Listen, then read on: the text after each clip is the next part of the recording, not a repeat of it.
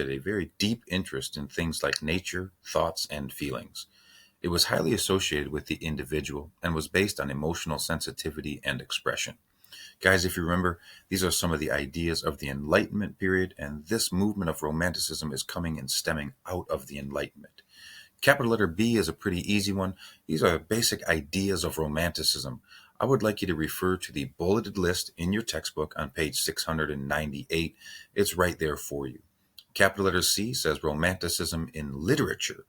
Poetry, music, and painting. These are the areas that Romanticism was most evident.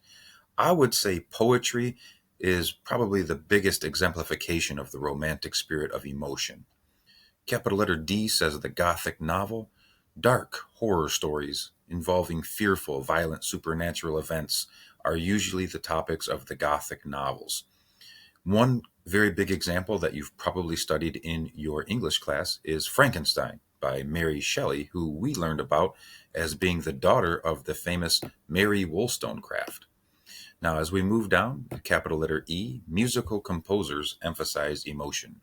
Music became more of a part of the middle class life during this time, and therefore composers became very popular figures.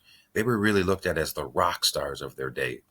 Ludwig von Beethoven was one of them. He was a romantic composer. He actually began to go deaf at the age of 30, which made it extremely difficult for him to do his job. The way that I understand it is he had to rely on the vibrations of the music to utilize and conduct his work. Now, Roman numeral 2 talks about the shift back to realism in the arts.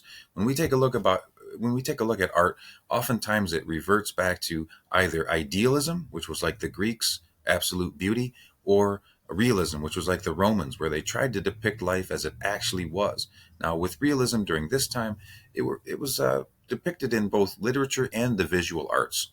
This was what was going on. This is what was going on during the Industrial Revolution, which we will take a look and dive into in chapter 25, which is the upcoming chapter. Capital letter B, one way that truly showed realism in the arts were photographs. The first photographs were called daguerreotypes. They're named after their French inventor, Louis Daguerre. A little bit later after that, William Talbot, a British inventor, created what's called the negative. This allowed photographs to be reproduced onto paper format.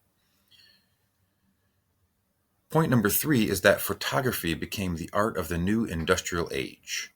This became very popular at this time. Now, for Roman numeral number 3, we'll talk about Impressionists reacting back against realism. Impressionism is where artists try to depict their own impression of a specific subject or moment in time. Impressionists tended to show a more positive view of life overall rather than a more realistic view. They did drawings and paintings and took photographs of things like dance halls, cafes, theaters, the circus. These were the common subjects of Impressionist work. Thank you.